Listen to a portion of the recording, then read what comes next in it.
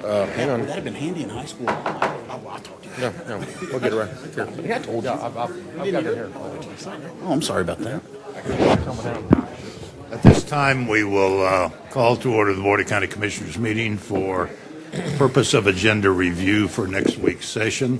Will the clerk please call the roll? Commissioner Schaefer. Here. Commissioner Allen. Here. Commissioner Clickham. Here. Commissioner Osterhaus. Here. Commissioner Ashcraft Here. is here. Commissioner Brown. Here. And Chairman Eilert. Here. All are present. We do have a quorum. Would the clerk please read the proposed consent agenda items? Item number 1, consider approving the February 1, 2018 business session minutes.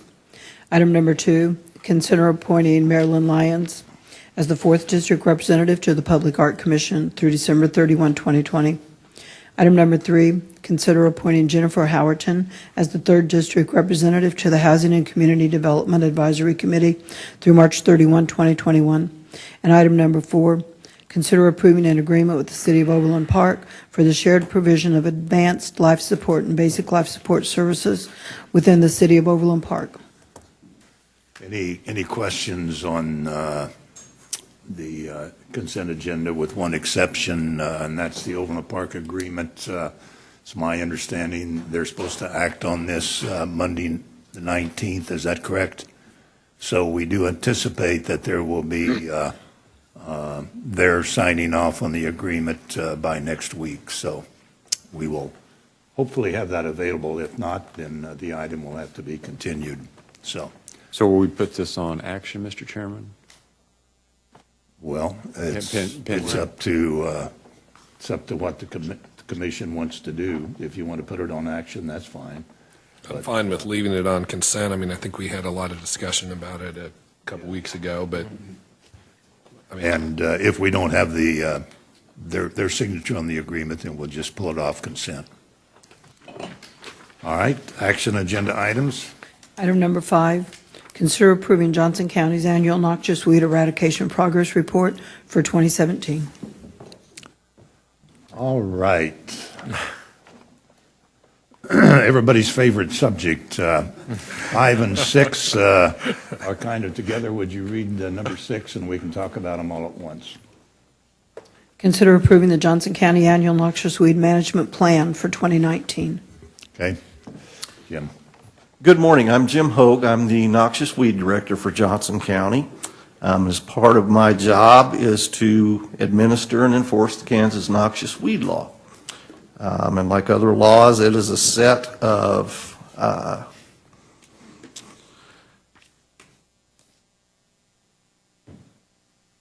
the word escapes me. KSA. We're talking about KSA statute. Thank you. KSA 2-1316 and 2-1318. They are two documents that are required to be submitted by the board, prepared by me. We submit them to the Department of Agriculture. The first one would be the 2017 Noxious Weed Annual Eradication Progress Report. This is simply statistics that we glean from herbicide sales, noxious weed complaints, roadside surveys, and the 10 random sections chosen by the Kansas Department of Agriculture. The statistics that we provide them are utilized by the state to direct research and management of noxious weeds for 2017. Total estimated infested acreages in Johnson County were down by 10% to 15,000 acres. Our herbicide sales increased nearly 30%.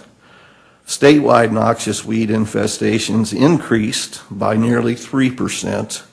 And our county falls in between Douglas County at about 13,000 acres and Miami County at about 28,000 acres. So we monitor the trends in noxious weed infestation and we direct resources accordingly. The greatest tool I have in getting people to comply with the noxious weed law and reducing the acreages is public outreach and education. I take advantage of things like the Healthy Lawn Fair. I have a booth at the Johnson County Fair. I speak to the Livestock Association. So outreach and getting people, just giving them a little push to control their noxious weeds is what we use this first report for. And with that, I would entertain any questions. Okay, what about 19? Is that all inclusive? Yes, the 2019 Annual Management Plan simply tells the state how we're going to go about eradicating weeds in the county. Okay. Questions? Mr. Ashcraft? Thank you, Mr. Chairman. Mr. Hogue, maybe we could visit before next week. I just have a couple of detailed questions. Okay? Thank you. Want to put this on consent? Consent. I'm fine All right. with both of those, 5 and 6. Pardon? So noted. Both 5 and 6. All right, thank you very much. Thank That you. would be both 5 and 6, correct? 5 and 6. Pardon? 5 and 6. Move up. That is correct. 5 and 6 both would be put on consent. All right, item number 7.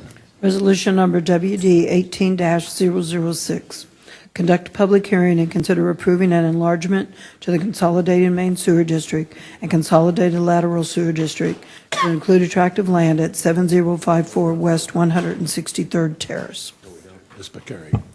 Good morning, Chairman and Commissioner. Susan Picaric with Wastewater. The property, I have a map up on the screen here, and the property you see outlined in red is located just east of Metcalf, and it's in the area of the Metcalf widening project that the City of Overland Park and Johnson County Public Works are undertaking now. This property is going to be impacted by that project in that the lateral lines for the septic system will be impacted, and so that will need to be taken out of service. Sewers are nearby, and as we evaluated alternatives for the property, it was determined the best way to serve this property is using a low-pressure sewer system. The property owner has agreed, and they have signed the petition to enlarge into the district. KSA, or Kansas Statute 19-270, requires a public hearing. This property is located within 3 miles of cities and requires a public hearing, and it also requires 3/4 majority votes, so 6 votes in order to enlarge this property into the district. There's no funding requested as part of this action. The property owner, or Johnson County Public Works, has entered into an agreement with the property owner to pay the costs of providing the low-pressure sewer system to this property. Okay. I'll be Question? happy to answer any questions. Mr. Ashcraft. Thank you, Mr. Chairman. Ms. McCarrick, I think you answered this question, but just to make sure I ask it, does this enlargement meet the, or this proposed enlargement meet the criteria, the principle of growth paying for itself? You say there's no immediate cost, but long-term, do you see that it meets that criteria of growth paying for itself? Yeah, I don't know that this would be considered growth. This is a property owner who's being impacted by the road project. Okay. So they'll become a user charge customer. Okay. Yes. Thank you. Any other questions? Well, this requires public hearing, so we'll remain on action. Next item. Item number 8, resolution number WD 18-005. Conduct a public hearing and consider approving a sewer system enlargement and transfer agreement with the Johnson County Airport Commission, enlarging the Johnson County Executive Airport sewer system into the Consolidated Main Sewer District and Consolidated Lateral Sewer District, and approving contract number 4 of Blue River number 16, and authorizing funding in an amount not to exceed $267,000 to design and bid construction of sewers and sewer-related improvements to serve contract number 4 of Blue River number 16. Good morning. Good morning, Chairman and Commissioners. Again, Susan Picaric with Wastewater. On the map that you see on the screen right now, you see Johnson County Executive Airport. It's 151st Street that runs along the north side, and Flum runs along the west side of this map here. The airport has a treatment facility that they've had in place for some time to provide sewer service to a few buildings that they have out there that have sanitary sewer. KDH&E, Kansas Department of Health and Environment, they've always considered this to be a temporary facility. And we now have sewers that are within 2,000 feet of essentially this treatment facility or their sewer system. Johnson County Airport Commission desires to cease operations of this treatment facility. The permit expires in October of 2019. And so as part of that, a new sewer will need to be extended to connect the airport sewers to the existing sewers. On the map here in the southwest corner, you'll see green lines. Those are the existing sewers. The Consolidated Main Sewer District would be constructing this sewer you see here in red.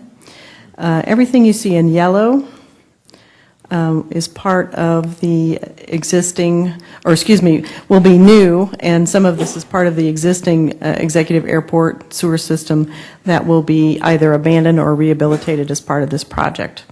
Johnson County Wastewater will take over as the authority per the airport's request, the sewer authority, and we'll do that once this project is complete. We've drafted an agreement, that's a part of the packet, so we'll enter into an agreement. Johnson County will manage this as one project. The Airport Commission will reimburse Johnson County Wastewater for their portion of the project. Total project cost is estimated at $2.85 million, and the airport's portion of that estimated cost is $2 million. You can essentially look at the map and you see the blue dividing line here. Everything north of the dividing line would be the responsibility of the airport. The Executive Airport is within 3 miles of, or it's in the unincorporated area, but within 3 miles of cities. So therefore, a public hearing is required. We're also requesting design funding as part of this in the amount of $267,000. KSA 19270, once again, requires us to notify those cities, hold a public hearing, and it requires 3/4 majority vote in order to enlarge this Executive Airport into the district. A portion of Executive Airport also lies within the cities of Overland Park and Leawood, or excuse me, Olathe, and both of those cities have consented to having the sewer district created. We did include this project as part of our capital improvement plan that we presented to the board last year, and I'll be happy to answer any questions. Questions? All right, again, this calls for a public hearing, so it will remain on action. Next item. Item number 9, resolution number 010-18. Consider approving the sale and transfer of the building and land located at 6305 Lackman Road, Shawnee, Kansas, to Sanjay K. Goyal in the amount of $400,000. Mr. Reinhardt. Good morning, Chairman Eilert and Commissioners. I'm Brad Reinhardt with Johnson County Facilities. Just a little brief background. In August of 2015, the former Historical Museum facility located in Shawnee was declared surplus by the Board of County Commissioners. Then in May of last year, 2017, the museum moved out of that facility. They completed their move out of the facility into the newly renovated Arts and Heritage Center in Overland Park. And in January of this year, the property was advertised for auction, including an online posting, advertisements in the Kansas City Star on 2 separate dates, and then there was on-site signage placed on the property announcing that it was up for auction. The minimum bid was set for $400,000, and the property auction was conducted a week ago on February 8th. There was strong interest in the property leading up to the auction date. More than 25 individuals attended an open house on the 25th of January. There were 3 parties that registered to submit bids on the property, and in the end, Mr. Goyle was the only bidder for the minimum and opening bid of $400,000. So next week we'll be requesting that the board adopt the resolution to complete the sale and transfer of the property. And with that, I would respond to any questions you may have. Questions? Mr. Ashcraft. Mr. Reinhardt, maybe before next week, we could visit a little bit and you could educate me Be glad to. about the process. Okay. Thank you. Any other questions? Mr. Chairman, can this go consent? Well, it's a sale of property. I think it probably should stay on action. Yeah. Okay. Mr. Allen. I just had one quick question. At one time, there was a local VFW that was interested. Do we know if there's any current interest in that? I don't know if they registered as one of the bidders. They did. Could you come to the microphone, please?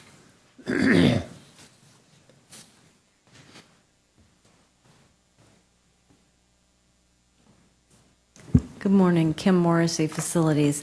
I spoke with Mr. Sims on the phone, and he was not able to meet the minimum bid, so he chose to not not participate. Thank you. I just wanted to make sure they were aware of it. They were. I had notified them via email of the upcoming dates, and he acknowledged receipt of those. So they were unable to, as you state, make the minimum bid? That is right? correct. Okay, thank you. Any other questions? All right, well, this will remain on action. Are there any other items? Yes. One more, item number 10, consider adopting the 2018 Johnson County Federal Legislative Platform. Ms. Green. Good morning again, Chairman and Commissioners. Cindy Green with County Manager's Office, and you received this in the manager's memo a couple weeks ago, is some edits to our state or federal legislative platform. The primary changes were updating numbers and bills and those types of things on issues that have still remained important to the county. We did do some major overhaul in regards to some of our housing assistance and our mental health. And it was really just to, kind of clean up some of the language because we were highlighting certain bills that are no longer because the bills change every 2 years. So we kind of went to more of a focus of these are the important issues for us and why, instead of calling out specific bills to support. So I am available for specific questions or changes or comments, or if you want me to go through it page by page, I'd be happy to do that too. Well, why don't we see if there are questions at this point? Mr. Ashcraft? Thank you, Mr. Chairman. A couple of questions, Ms. Green.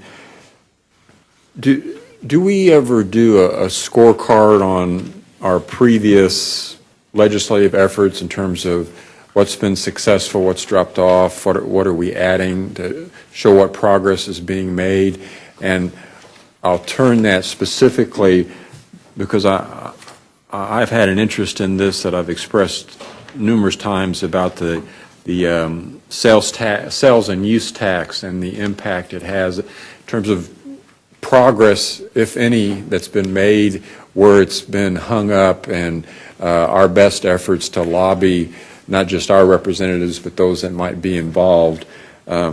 Because this synopsis, which is fine, really it doesn't seem to address what I would argue is very significant, and that is the impact that this ability to skirt sales tax has on local businesses, the storefronts, because they can't get out of paying sales tax. So it hurts our local businesses, arguably.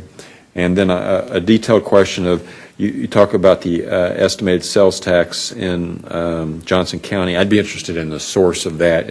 I think it's 2 1/3, $2.3 million, and that's just an aside. We can talk about that later. So we can visit offline on those issues. All right, happy to. Mr. Chairman. Mr. Clickham?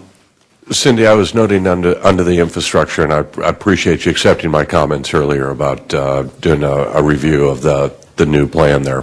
But the question I have, we're asking for continued support for transportation projects, but isn't that kind of a double-edged sword there? We're asking for support, but the problem is the state has utilized, does not have the local match to bring in the federal dollars, so it's really not a federal issue, it's more of a state issue, is it not? That is correct, but we also want to be prepared if For that day? the state does start funding us Is again. that going to be that we are another prepared 25 to cent receive that funding. add on to the gas tax to the 25 that the feds are asking for? I appreciate it, and I know we want to keep our projects up there, but That would help I transit think the reality ridership, to by the the way. general public needs to understand that to get the federal 80%, we have to have the state's 20% at the table, and that's going to be pretty hard to get right now. Well, that's an interesting proposal. I thought at the federal level it was being flipped. Locals meet 80% and the feds pick up 20%. Well, that could be coming out of it, but I think we're doomed either way. You're right, the number's even larger, and at this point, our state doesn't appear to have money for transportation facilities, so not sure how that's going to work. And it may be premature, but the media reporting on the food stamp program I'm not sure what all those impacts are, but I think we should be prepared to share with our delegation what occurs here. For instance, the Meals on Wheels, which is delivered by volunteers and is a hot meal. I'm not sure whether that's part of the change that's being suggested or not, but I think we need to follow that also. Any other comments? Okay, well, this will remain on action and will be up for approval next week. Are there any other items? No, sir. Okay, that concludes our agenda review. We do not have any afternoon sessions, so enjoy the weekend. Thank you, Mr. Chair.